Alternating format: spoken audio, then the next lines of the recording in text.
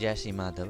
आज का जो हमारा टॉपिक है वो है कि क्या हम माधव नाम की जगह जो है वो राधा नाम जप कर सकते हैं। तो हम नाम जप कोई भी कर सकते हैं, परंतु कलयुग के इस अंतिम कालखंड में माधव नाम का जप करना ही आवश्यक है, क्योंकि माधव नाम आद्य सतयुग अनंत युग का नाम है और इसी नाम को पढ़कर ही हम आगे जा सकेंगे और आगे आने वाली विकट परिस्थितियों में बच सकेंगे। आप प्रतिदिन जब मन करें तब माधव नाम का जप कर सकते हैं, या जो भी आप नाम आपको प्रिय है वो भी जप कर सकते हैं। राधा नाम, राम, कृष्ण सभी नामों का भजन भी कर सकते हैं। इसमें कोई शक्ति नहीं है, सभी नाम हमें भगवत प्राप्ति की ओर ही अग्रसर करते हैं। परंतु इस घोर कलयुग के प्रभाव से बचने के लिए आगे चलकर आप स्वयं ही माधव नाम लेते रहेंगे, क्योंकि भविष्य मालिका के अनुसार कलयुग के अंत में होने वाले खंड प्रलय के समय माधव नाम के बिना प्राण बच नहीं सकेंगे और माधव नाम के अतिरिक्त कोई अन्य नाम भी फलीभूत नहीं होगा। समय के अनुसार ही नाम का प्रभाव अलग अलग होता है।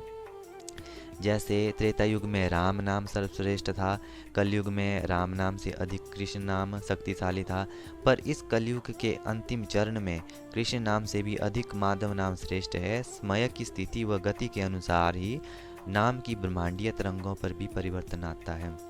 जब हम किसी मंत्र का उच्चारण करते हैं, चाहे वो हमारा ही नाम, खुद का ही नाम हो, या हम किसी का नाम जप करते हैं, तो वो जो है वो पूरे ब्रह्मांड में घूमता है। जैसे श्रीम मंत्र को बजाय जो हमारा श्रीम मंत्र होता है वो 57 डिग्री में घूमता है पूरे ब्रह्मांड में। तो उसी तरह जो है ये नाम जप वगैरह, ये जो भी मंत्र है, ये पूरे ब्रह्मांड में घूमते हैं। फिर घूम कर जो है पूरी इनकी वाइब्रेशन एक बनती है और ये पूरे ब्रह्मांड में, पूरे यूनिवर्स में फैलता है।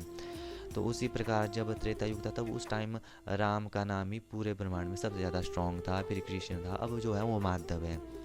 आप वैसे जो जपना चाहते हैं आप जप सकते हैं, बट सबसे ज़्यादा जो है वो माधव नाम ही है, क्योंकि माधव नाम एक औषधि के रूप में ही काम करेगा।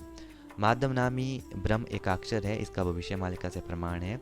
एक एकाक्षरे एक ही गोपी, बैणिक्षर ठारे कृष्ण मूर्ति, बैणिक्षर एवं नामरे राधा, उत्वर नाम मट्टी श्री कृष्ण धा शारदा।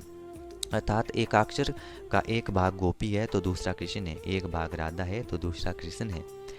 तेणु धुंड एक रूप हुंती एक भाव अटे, युगल मूर्ति येहू राधिका श्री कृष्ण सांगरे भोल होथाई सबु काल रे। अर्थात ये दो रूप ही एक होके युगल रूप में रहते हैं, यही राधा हमेशा कृष्ण के साथ एक रूप होके रहती है। मैंने आपको पहले ही बताया था, माँ का मतलब है राधा, धव का मतलब है कृष्ण। से ही राधा कृष्ण पाड़बा पाई नारी रूप हुई भक्त देही, आतानाकु भक्त नारी रूपे समर्पण करे कृष्ण पैरे। से ही मंत्र गोटी नित्य भजले, नित्य राधा कृष्ण सेवा पाइली। अर्थात यही युगल रूप राधा कृष्ण को प्राप्त करने के लिए प्रभु के परम भक्त नारी भाव ग्रहण करते हैं और अपने आत्मा को एक नारी के भाव से भगवान श्री कृष्ण के चरणों में समर्पित करते हैं। इसी एकाक्षर मंत्र का नित्य भजन करके राधा कृष्ण की नित्य सेवा भक्त प्राप्त करते हैं। तो ये था आज का टॉपिक कि हम राधा नाम जप सकते हैं। हम कौन सा नाम, आप जो नाम जपते हैं वो आप जपते रहो, बट समय के अनुसार जो है इस नाम की वाइब्रेशन जो है वो लो हो गई है, इसकी फ्रीक्वेंसी जो है वो लो हो गई है। अगर आपको ज़्यादा फ्रीक्वेंसी का जो शब्द है तो वो आपको माधव ही जपना पड़ेगा। हाँ, राधा भी काम करेगा, राम भी काम करेगा, कृष्ण भी काम करेगा, वो तो उतना नहीं कर पाएगा, क्योंकि राम भगवान जो थे वो 12 कला पूर्ण थे, श्री कृष्ण भगवान 16 कला संपूर्ण थे, और माधव जो 64 कला पूर्ण होंगे।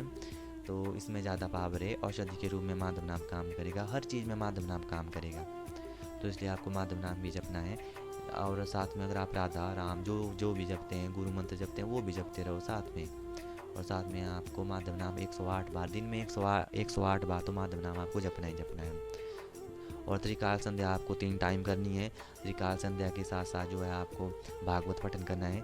भागवत पठन करने का समय जो है 3 बजे, शाम 3 बजे के बाद रात के 12 बजे तक है भागवत पठन का समय। तो वो भी आपको एक अध्याय उसका जरूर करना है। एक अध्याय नहीं कर सकते हो तो आपको जो है वो एक पैरा ही पढ़ना है, एक श्लोक ही पढ़ना है, और हिंदी में पढ़ना है। चाहे आपको, अगर आपको संस्कृत नहीं आती है, आपके पास भागवत पुराण नहीं है, तो आप जो है ऑनलाइन PDF डाउनलोड कर सकते हो, आसानी से गूगल में डाउनलोड हो जाता है। और अगर उसके बाद भी अगर आपको ऑफलाइन ही चाहिए तो या तो आप किसी साइट पे ले सकते हो। अगर वहाँ पर आप जो है अफोर्ड नहीं कर सकते हो तो आप उड़ीसा का जो